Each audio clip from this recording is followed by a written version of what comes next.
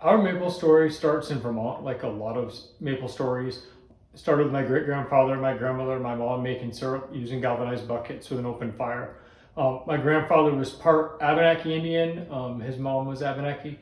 So it was one of their traditions that they'd always done, and then he was able to pass it down to my family.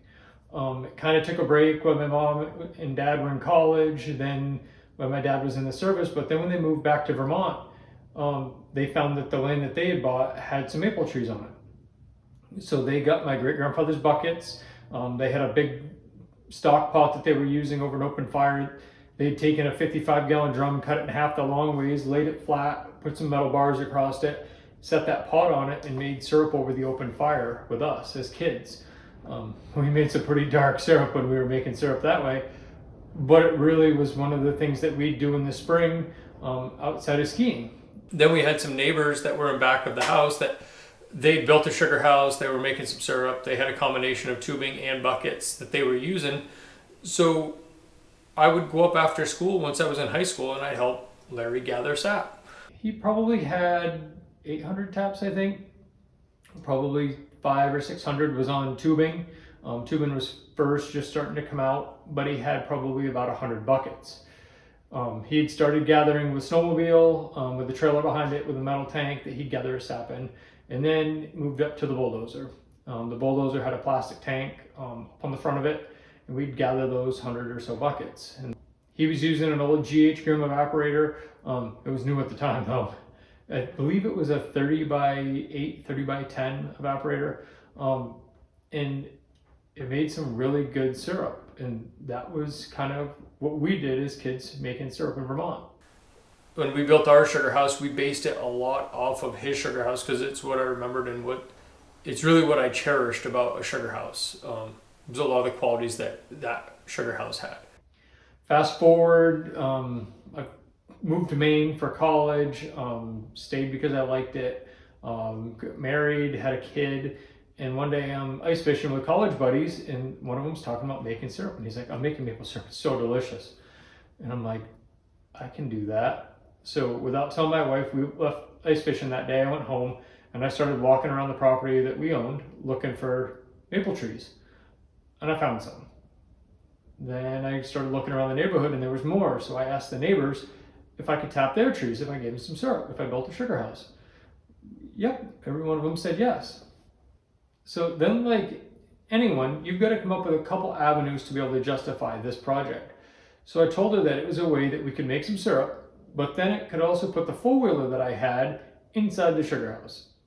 At the time, I was grooming snowmobile trails with the four-wheeler. It had tracks on it, and it was sitting outside. And everyone knows that you just can't have your stuff sitting outside. It's got to be undercover. So I convinced her that the sugar house would be a good spot. The four-wheeler could go inside. We could make a little bit of syrup, and it would be something to do.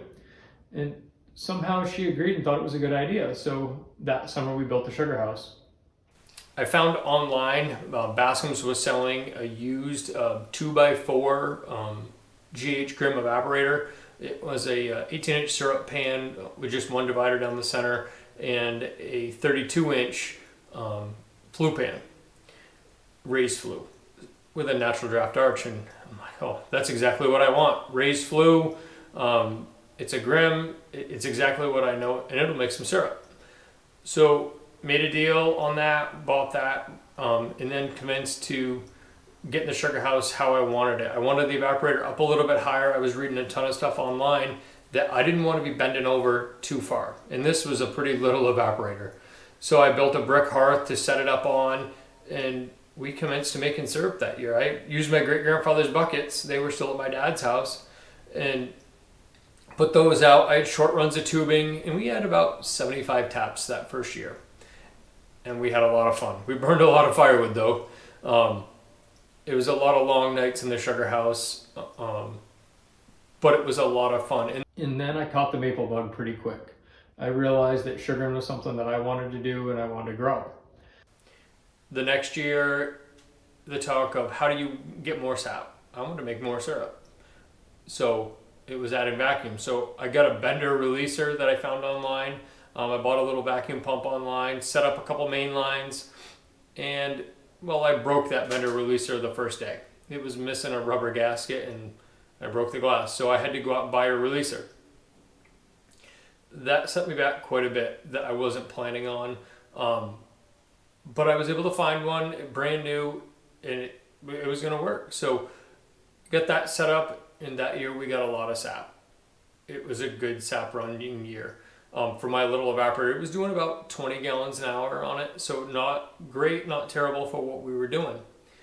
We had some late nights in the sugar house. I had a couple nights where they were pretty long. The first night, it was about midnight, and I'm like, I gotta go to bed. I gotta work tomorrow. So I left 20 gallons of sap in the head tank. Went inside. The next night, another late night, I gotta go to work tomorrow. I left another 20 gallons in the head tank. So now I'm up to 40 gallons in the head tank. And the third night, I'm like, I gotta get through this sap or I'm never going to. So the dog and I pulled an all-nighter. We were up to about 4 a.m. boiling sap, but we got through every bit of it. And it was at that point I realized that I needed a bigger evaporator. I'd been doing quite a bit of homework on what I wanted for an evaporator. I knew I wanted something about 2x6 size. I wanted 4 compartments in the front syrup pan because the 2, I was batching too hard on my old evaporator. That I wanted 4 because I wanted to try and make continuous syrup. So I was able to sell that small GH Grim, and I ordered a 2x6 liter evaporator, set of pans with max flue. The reason that I decided to go with liter was really the max flue pan. I knew that if I wanted to make a lot of syrup and make it in a hurry, I needed horsepower to do it. And that max flue was the way to do it. The other thing that really sold liter was I was at Maple Mania, and Bruce Gillian's there, and I'm talking to him about pans, and I said, what about if I burn my pan up? Am I going to be able to get one in a reasonable time? He goes, if you burn a pan up, if we've got one in stock, we'll give it to you right away. If not, we'll make you one as fast as we can. And that really sold me on liter, was that commitment to getting sugar makers back up when they're at their most vulnerable after they've just had a bad incident. Because there's 2 types of sugar makers, and everyone knows that. There's those that have burned a pan and those that will. And when that happens, it can put you out of commission. If you've only got one, then you're down and you're losing sap.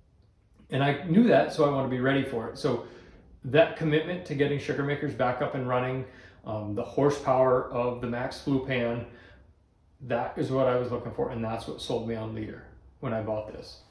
Now, I knew I didn't want conventional draft. The Inferno was a good idea, but everything I was reading said you want air over fire, air under fire. But they didn't make that at liter, and I wasn't going to buy a CDL intensifier, which is kind of what I wanted, was the intensifier. So I talked to my buddy, and he's quite a fabricator. So we commenced to building the arch that we have today.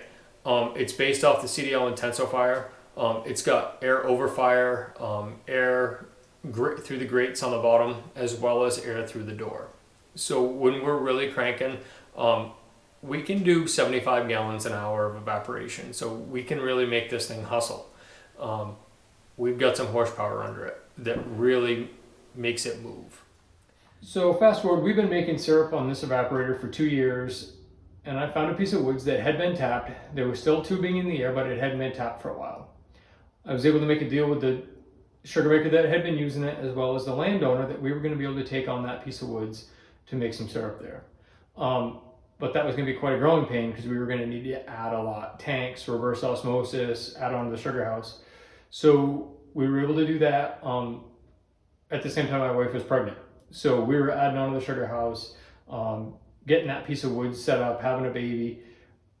We also needed to get the four-wheeler out of the sugar house at that point. I realized that the amount of syrup that we were making, I didn't want the gas and oil in here anymore. Commitment to quality was such that it wouldn't allow it. So we had to add on to the other side of the sugar house for a place to put the four-wheeler, because it's not sitting outside. We take care of our stuff around here. Maple Sunday around here is a pretty big deal. It's turned into the weekend now. We've got 2 days, and we see several thousand people each day. Pancake breakfast, sugar house tours, woods tours, mini donut machine. We're making maple donuts, other maple treats that we're selling, and it's really it's an event that we look forward to every year. Sugaring to me brings friends and family together. It brings neighborhoods together. For us, there's very few times that I'm making syrup by myself in here, maybe one night a year. The rest of the time, there's 2 to 5 people in here, if not more. Everyone's friends, and those friends are the people that I truly enjoy hanging out with. The company that they bring, the camaraderie. Maple Sunday, they're here. They might as well be family, and they can run the evaporator just as good as I can, if not better. As a matter of fact, they run the evaporator all Maple weekend. So I'm off doing other things, and I know that they've got this under control in here. And they can do just about everything just as good as I can. That's a commitment to the level of commitment that they have here. The fact that they enjoy it so much, making syrup and hanging out with me too, I guess. But it's brought people together, and I think every sugar house does that. When I built the sugar house, I knew that I wanted to name it something with Sap Shack in it. And part of that was because of Wright's Sap Shack in Vermont that I helped. I really liked that name. I thought it brought a lot to the business, but I didn't like the way that Dunn's Sap Shacks sounded. So I called it Chicopee Sap Shack, named after the neighborhood that we live in. Then after going to a couple classes on marketing, they were talking about how you need to market your brand. So we pulled the trigger pretty quick that year and rebranded to Dunn Family Maple. I really think it's a better fit for our brand and our family, because it really is a family adventure. It's a family business. Even the people that come and help us on Maple Sunday or boil in the sugar house during the season, they might just as well be family because that's what they are to us. So Dunn Family Maple is more than just our little close family. It's a big picture of how the sugar house operates. There's multiple families that are involved. It's just our name's on the label, but it's really everyone's. This evaporator does everything that they said it would do and more. We decided that we wanted to do a little bit more, work with the business that we had, and take on being a dealer. And now being a dealer for Leader, you really understand their commitment to quality, the passion that the employees that are there have for their work, the quality, the talent that they have is unmatched. The evaporators that they build do everything that they say that they're going to, and they last. They're a rugged evaporator. They work every day. The quality of the products that they put out, the tubing in the woods, everyone has their favorite, and they've had a piece of pipe that didn't work good for them, and then they get mad. We haven't had any trouble with pipe. The Leader pipe that we use, the 30P, the check valves, everything that we do, everything that we use for pipe is become about efficiency.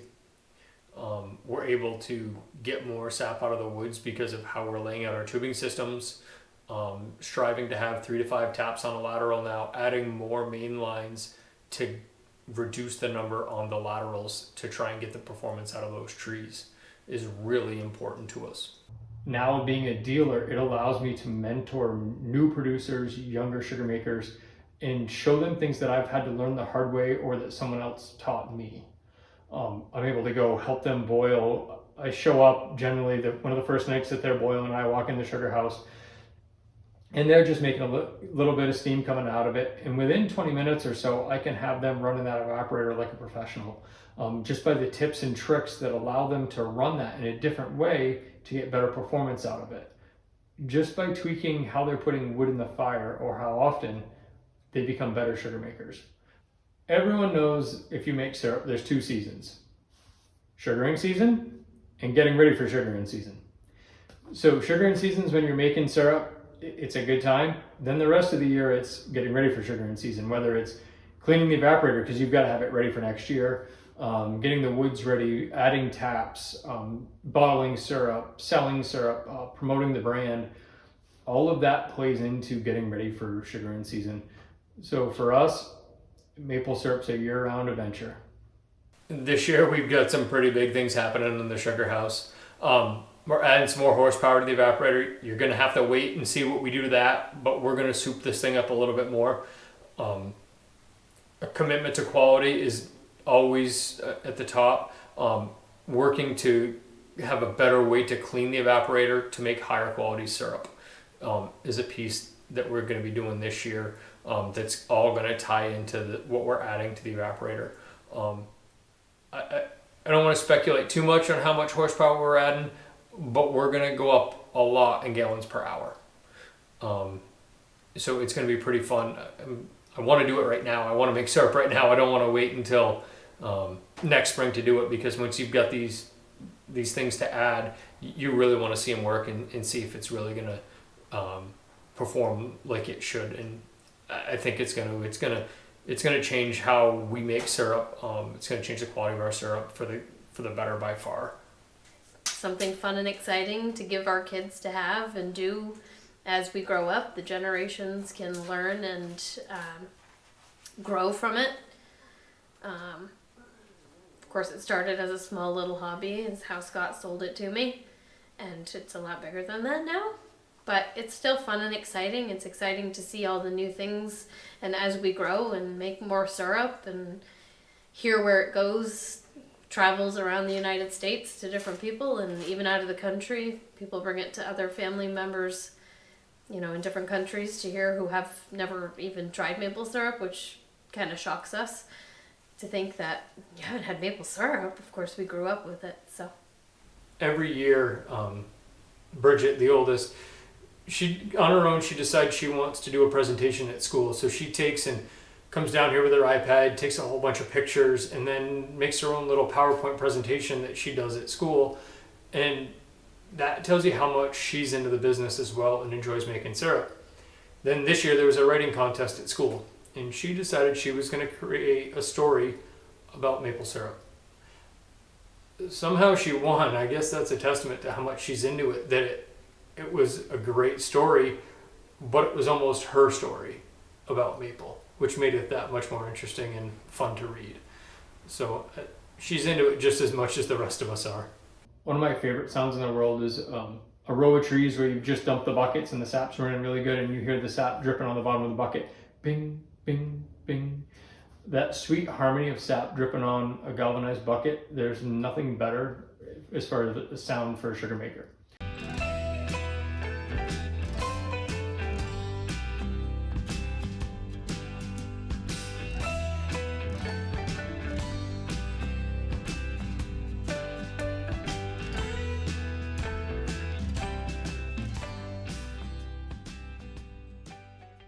Now, if anyone thinks they can guess what we're going to be adding for horsepower this year, make sure you add them in the comments, right down below in the comments, and I'll answer you, and we'll see if we can get you guys to guess exactly what we're going to do for improvements to put some more horsepower into this thing.